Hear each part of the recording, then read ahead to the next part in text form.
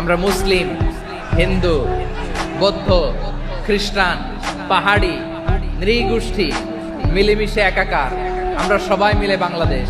আমাদের পারস্পরিক সম্প্রীতি, ভালোবাসা, সৌহার্দ্যপূর্ণ আচরণ, বোঝাপড়া এটা বেশ মজবুত। তবে মাঝে মাঝে আমাদের এই সম্প্রীতির ভেতরে অনেকে ফাটল ধরাতে চায়। আমরা যে সুখে আছি, শান্তিতে আছি, এটা অনেকের ভালো লাগে না। দুর্বৃত্তদের ব্যাপারে আমাদের সাবধান থাকতে হবে। আমরা সংঘবদ্ধ থাকবো। এই যে আমাদের পিসফুল কোএক্সিস্টেন্স, শান্তিপূর্ণ সহাবস্থান। যেদিন হিন্দুদের পূজা অনুষ্ঠান, আমরা ওই দিন তাফসির মাহফিল করি না, ঠিক কিনা বলেন? যেদিন আমাদের তাফসিরুল কোরআনের প্রোগ্রাম, ওই দিন আমাদের হিন্দু ভাইরা ডিস্টার্ব করে না। সুবহানাল্লাহ।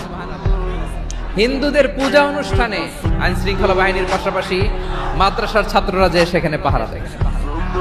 গোটা পৃথিবীতে এই দৃষ্টান্ত আপনি পাবেন। রব্বুল আলামিন বলেন, গোলাম ও আমার ইমানদার বান্দারা, শোনো শোনো, লা তাসুবুল্লাযীনা ইয়াদউনা মিন দুনিল্লাহ ফায়াসুবুল্লাহা আদওয়াম বিগাইরি ইলম। ও আমার বিশ্বাসী বান্দারা, যারা আল্লাহকে ব্যতি রেখে দেব দেবীর পূজা করে, তোমরা খবরদার তাদের গালি দিও না। যদি ওই দেবতাদেরকে গালি দাও, তাহলে ভুলবশত, শত্রুতাবশত তারা তোমাদের রব আল্লাহকে গালি দেবে, ঠিক কি না? কোনো ধর্মকে ছোট করা যাবে না। অন্য ধর্মকে ছোট করা মানে ইসলামকে ছোট করা। আর অন্য ধর্মের দেবতাকে যদি আপনি গালি দেন, ওরা ইসলাম থেকে দূরে সরে যাবে। যাও ইসলামের প্রতি আকৃষ্ট হয়েছিল, আর কোনোদিন ইসলামের ধারে কাছে আসবে না। আওয়াজ করে বলেন, ঠিক কিনা? এজন্য কখনো কোনোদিন অন্য ধর্মের দেবতাদেরকে গালি দেয়া যাবে না। অন্য ধর্মের কোন দেবতাদেরকে আমরা গালি দিব না। আমরা তো মুসলমান মুসলমান বসতে পারি না। আমরা দুই মুসলিম ভাই একসাথে বসে চা খেতে পারি না, গল্প করতে পারি না। বিষ্ণু ইসলাম মুশরিকদের সাথে ট্রিটি করেছেন হুদাইবিয়ার সন্ধি। এটাকে বলে সুলহে Hudaibiya, the peace agreement of Hudaibiya, শান্তি চুক্তি। মদিনায় যে বিষ্ণু ইসলাম মদিনা চার্টার করলেন, মদিনা সনদ। যে ওয়েস্টে, ইউরোপে, আমেরিকাতে তারা অনেক চার্টার করে, এই সব চার্টার মদিনা চার্টার থেকে কপি করা। আওয়াজ করে পড়েন সুবহানাল্লাহ। তাহলে অন্য ধর্মের প্রতি সব সময় ইসলাম সহনশীল, টলারেন্স। যদি আপনি দেখতে চান, ইসলামের নবী বিশ্ব নবীর দিকে তাকান, ঠিক কিনা বলেন? আমরা তো সংখ্যালঘুদের রাইটস প্রোটেক্ট করার জন্য কত আইন বানাই, কত বৈঠক করি, কত সংবাদ সম্মেলন করি। বিষ্ণু সাল্লাল্লাহু আলাইহি ওয়াসাল্লাম সংখ্যালঘুদের রাইটস এর ব্যাপারে, অধিকারের ব্যাপারে যে কথা বলেছেন, শুনলে আপনি অবাক হয়ে যাবেন। বিশ্বনবী বলেন, খবরদার, জেনে রেখো, কেউ যদি কোনো সংখ্যালঘুর উপরে অত্যাচার করে, কোনো সংখ্যালঘুর প্রাপ্য থেকে যদি কেউ কাউকে ঠকায়, সংখ্যালঘুর উপর যদি কেউ কষ্ট দেয়, কোনো সংখ্যালঘুর সম্পদ যদি কেউ জোর করে কেড়ে নেয়, আমি কিয়ামতের দিন বিশ্বনবী ওই সংখ্যালঘুর পক্ষে আর ওই মুসলমানদের বিপক্ষে বাদী হয়ে দাঁড়াবো। আল্লাহু আকবার। আপনি নামাজি, আপনি মুসল্লি, আপনি হাজী সাহেব, তাহাজ্জুদ পড়তে পড়তে কপালে দাগ ফেলে দিবেন, আপনার প্রতিবেশী হিন্দু, ভাবছেন আমার তো পাওয়ার আছে, ওর জমিটা দখল করি। বিশ্বনবী বলেন, কিয়ামতের দিন ওই হিন্দুর পক্ষে তোর বিরুদ্ধে আমি বাদী হয়ে দাঁড়াবো। এখানেই শেষ না। বিষ্ণু ইসলাম আপনার অমুসলিম প্রতিবেশীর সাথে ভালো আচরণ করতে বলেছে। হিন্দু যদি আপনার প্রতিবেশী হয়, কি করবেন? ওরে কষ্ট দিবেন নাকি? কেন? ও তো হিন্দু, ও তো আমার আল্লাহরে ডাকে না, ওরে কষ্ট দিলে জায়েজ হবে না? খবরদার। বিষ্ণু ইসলাম বলেন, মান কানা ইউমিনু বিল্লাহ ওয়াল ইয়াউমিল আখির ফালিকরিম জারাহ। যে আল্লাহ বিশ্বাস করে আর আখিরাতে বিশ্বাস করে, সেজন্য প্রতিবেশীর সাথে ভালো আচরণ করে। সুবহানাল্লাহ। প্রতিবেশী আস্তিক হোক নাস্তিক হোক, প্রতিবেশী মুসলিম হোক অমুসলিম হোক, যান, অসুস্থ হইলে একটু আপেল নিয়ে যান, আঙ্গুর নিয়ে যান, কমলা নিয়ে যান, তাদের সাথে ভালো আচরণ করেন। ইসলামের বিউটি দেখে, সৌন্দর্য দেখে অবাক হবে, নসিব ভালো হলে কোনোদিন কালিমা পড়ে মুসলমান হয়ে যাবে। ইসলাম অমুসলিম মাতা পিতার সাথেও ভালো আচরণ করতে বলেছে। মাতা পিতা যদি অমুসলিম হয়, তারা ফেলে দিতে পারবেন? অনেক হিন্দু ছেলে আমাদের হাতে শাহাদা পড়ে মুসলিম হয়, কিন্তু ওর মা মুসলমান হয় নাই, বাবাও হয় নাই। এরকম আছে না নাই? ওয়াকাদা রাব্বুকা আল্লা তা'বুদু ইল্লা ইয়্যাহ ওয়া বিল ওয়ালিদাইনি ইহসানা। আল্লাহ বলে, অবধারিত দুইটা ভার্ডিক্ট তোমাদের জন্য, এক আল্লাহর ইবাদত করবা আর মা বাবার প্রতি ইহসান করবা। মা বাবার প্রতি ইহসান করতে হবে। আমার মা হিন্দু হোক, ভালো আচরণ করতে হবে, বৌদ্ধ হোক, ভালো আচরণ করতে হবে। আরে তুমি এখন মুসলিম, তোমার মা বাবা হিন্দু, এখনই তো সুযোগ ইসলামের সৌন্দর্য দেখানো।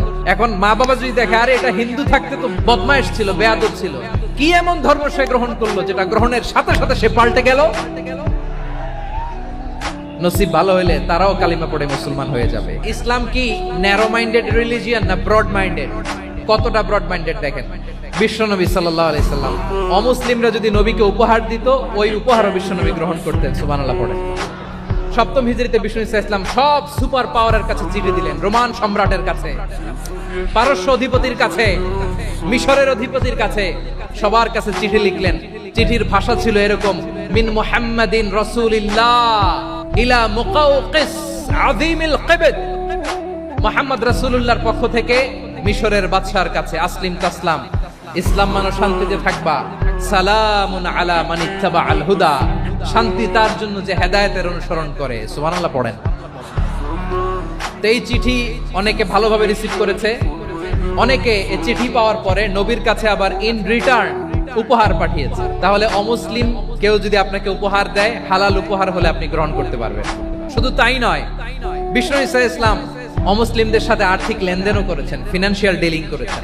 অমুসলিমদের সাথে প্রয়োজনে আপনি ফিনান্সিয়াল ডিলিং করতে পারবেন। আমরা প্রায় দেখি বাজারের মিষ্টির দোকানগুলো আমার হিন্দু ভাইদের, তারপরে যে বারবার শপ, চুল কাটে যে নাপিত, অধিকাংশ নাপিতের দোকানে কারা?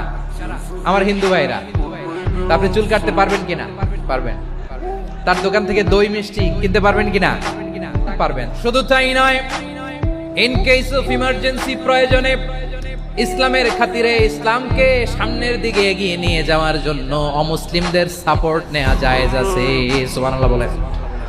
অমুসলিমদের সাপোর্ট নেয়া, তাদের থেকে অর্থ নেয়া, পলিটিক্যাল সাপোর্ট, পলিটিক্যাল অ্যাসাইলাম নেওয়া জায়েজ আছে।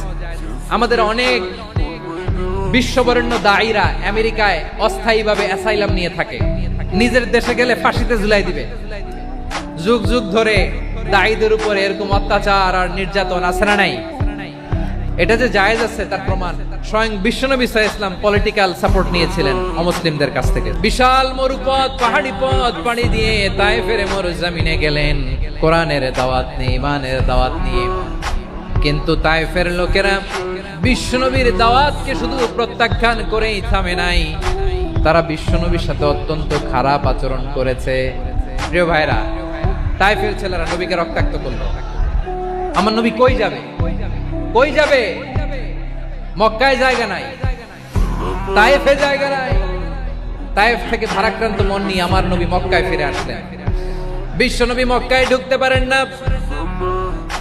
মক্কার মরুভূমির দিকে তাকিয়ে, উপত্যকার দিকে তাকিয়ে বিশ্বনবী ধা ধা করে কাঁদেন, ঝরঝর করে। নবীর চেহারা মোবারক থেকে চোখের পানিগুলো বেয়ে বেয়ে পড়ে।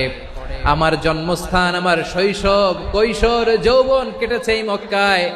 আমার এলাকায় আমি ঢুকতে পারি না। বিশ্বনবী মক্কার অনতি দূরে দাঁড়িয়ে জায়েদকে পাঠালেন, জায়েদ যাও, দেখো কেউ আমাকে সাপোর্ট করার মতো আছে কিনা। যাও অমুকের কাছে যাও।